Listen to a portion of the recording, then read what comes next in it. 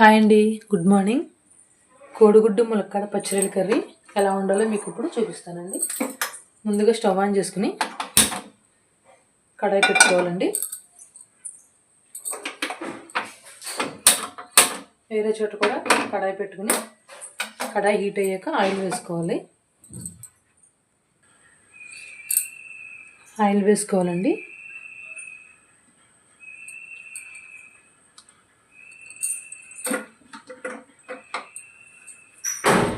Oil heat అయిందండి. Oil heat అయ్యాక కొంచెం పసుపు,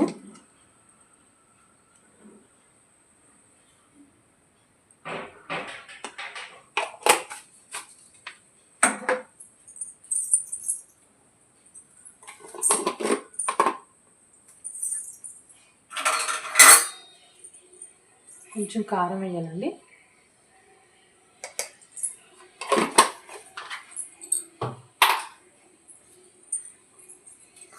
ఎగ్స్ని ఉడకబెడతానుకండి. ఇవి హీట్ అయింది.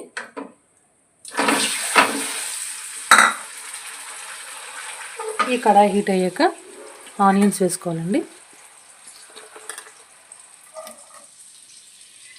ఫ్లేమ్ని మీడియంలో పెట్టుకోవాలి.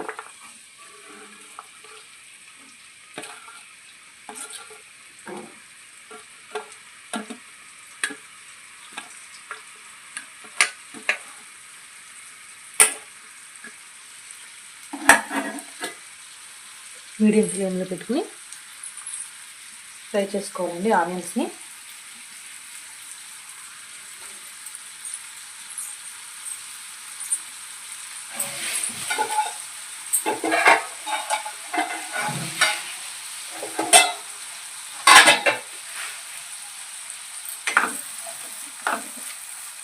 ఆనియన్స్ తొందరగా వేగాలంటే చిటికెడు సాల్ట్ వేయాలండి. చిటికెడు సాల్ట్ వేస్తే ఆనియన్స్ తొందరగా వేగుతాయి.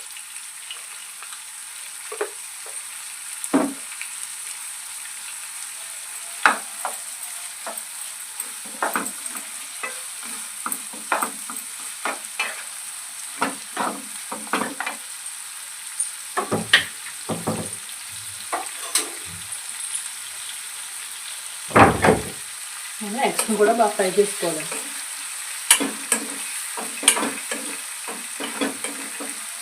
ఇంకా బాగా ఫ్రై అవ్వాలి. మంటని కొంచెం మీడియంలో పెట్టాలి.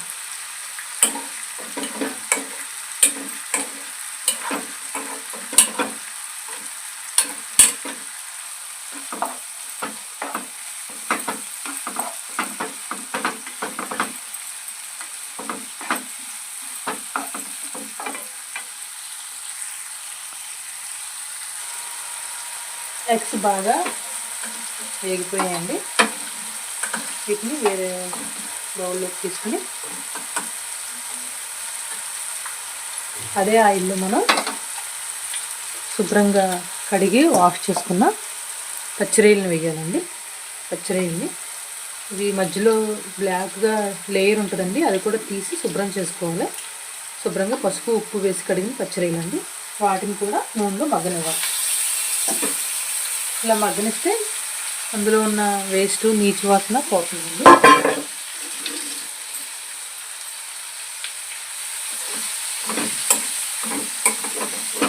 మనం ఎగ్స్ ఏ ఆయిల్ అయితే ఫ్రై చేసామో అదే ఆయిల్లో ఇవి కూడా వేసుకోవచ్చు.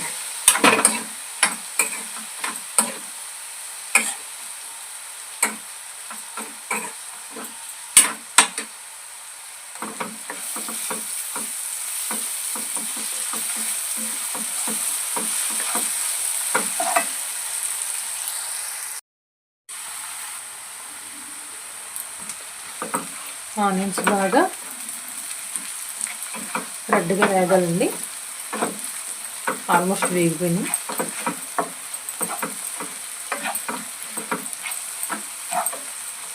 పచ్చిరొయ్యలు కూడా ఈ వాటర్ అంతా ఇంకిపోవాలండి. అప్పుడు దాకా వీటిని ఉడకబెట్టుకోవాలి.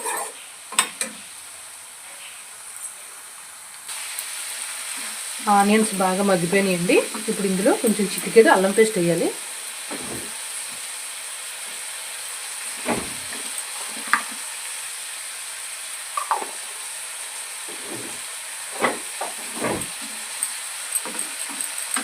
రొయ్యలు కూడా బాగా వాటర్ ఇంటిపోయిలో మగ్గిపోతున్నాయండి.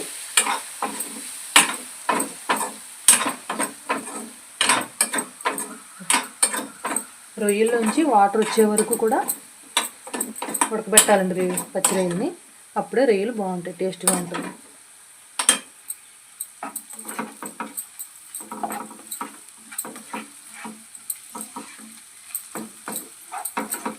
పచ్చివాసన పోయే వరకు అల్లం వెల్లుల్లి పేస్ట్, ఆనియన్స్ని ఫ్రై చేసుకోవాలండి. ఇప్పుడు ఇందులో కట్ చేసుకున్న టమాటాలు, 2 టమాటాలు అండి.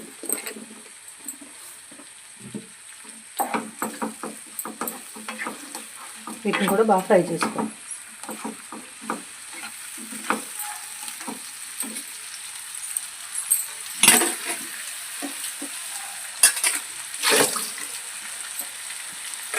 ఇందులోనే మనం ములక్కాడలు కూడా వేసుకోవాలి.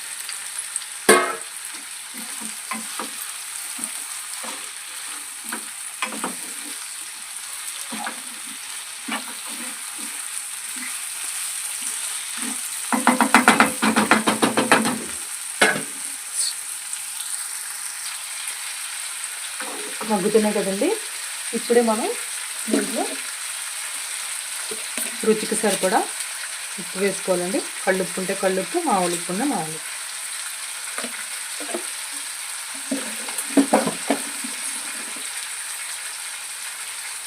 అలాగే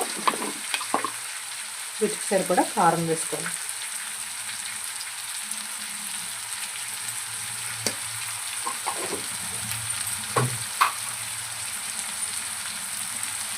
కూరల్లో ఎప్పుడు కూడా కొంచెం చిటికెడు పసుపు వేసుకుంటే కర్రీ మంచి కలర్ వస్తుందండి. సరే మీరు కూడా ట్రై చేయండి.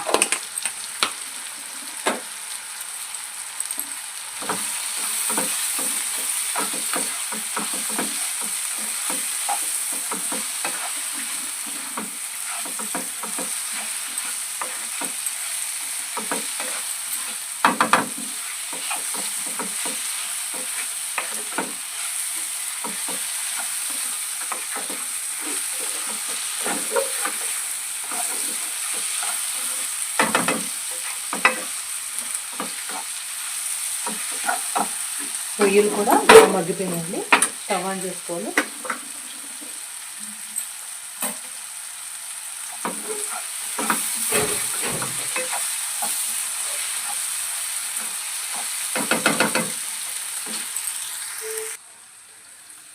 చూసారు కదండి, రొయ్యలు బాగా మగ్గిపోయినాయండి. ఇప్పుడు ఇవి రొయ్యల్ని ఇందులోకి వేసుకోవాలి.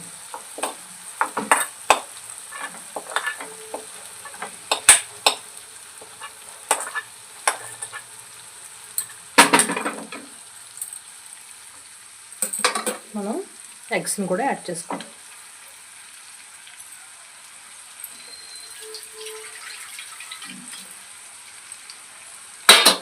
ఇప్పుడు గరిటె పెట్టి తిప్పకూడదండి, జస్ట్ ఇలా అనాలి, కలిపితే సరిపోతుంది.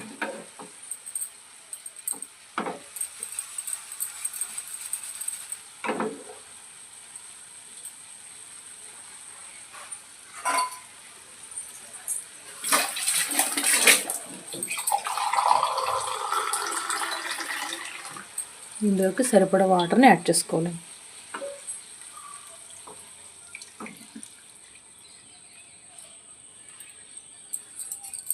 ములక్కాడ మనకి తొందరగానే ఉడికిపోతుంది కాబట్టి ఎక్కువ వాటర్ అవసరం లేదండి. జస్ట్ ఒక గ్లాస్ వాటర్ వేసుకుంటే సరిపోతుంది.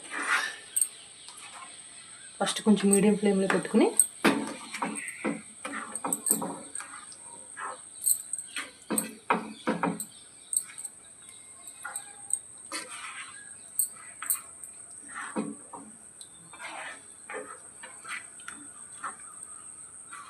ఒక 20 నిమిషాలు వదిలేయాలండి.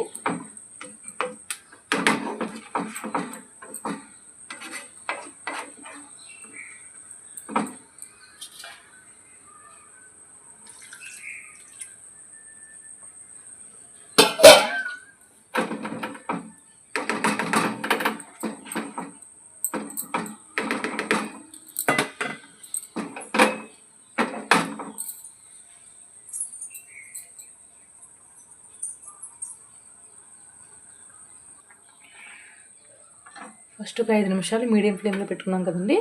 ఇప్పుడు తగ్గించి సిమ్లో పెట్టుకుని మూత పెట్టి ఒక 15 to 20 మినిట్స్ వేడివేడిగా పచ్చిరొయ్యలు కోడిగుడ్డు ములక్కాడ కర్రీ రెడీ అండి.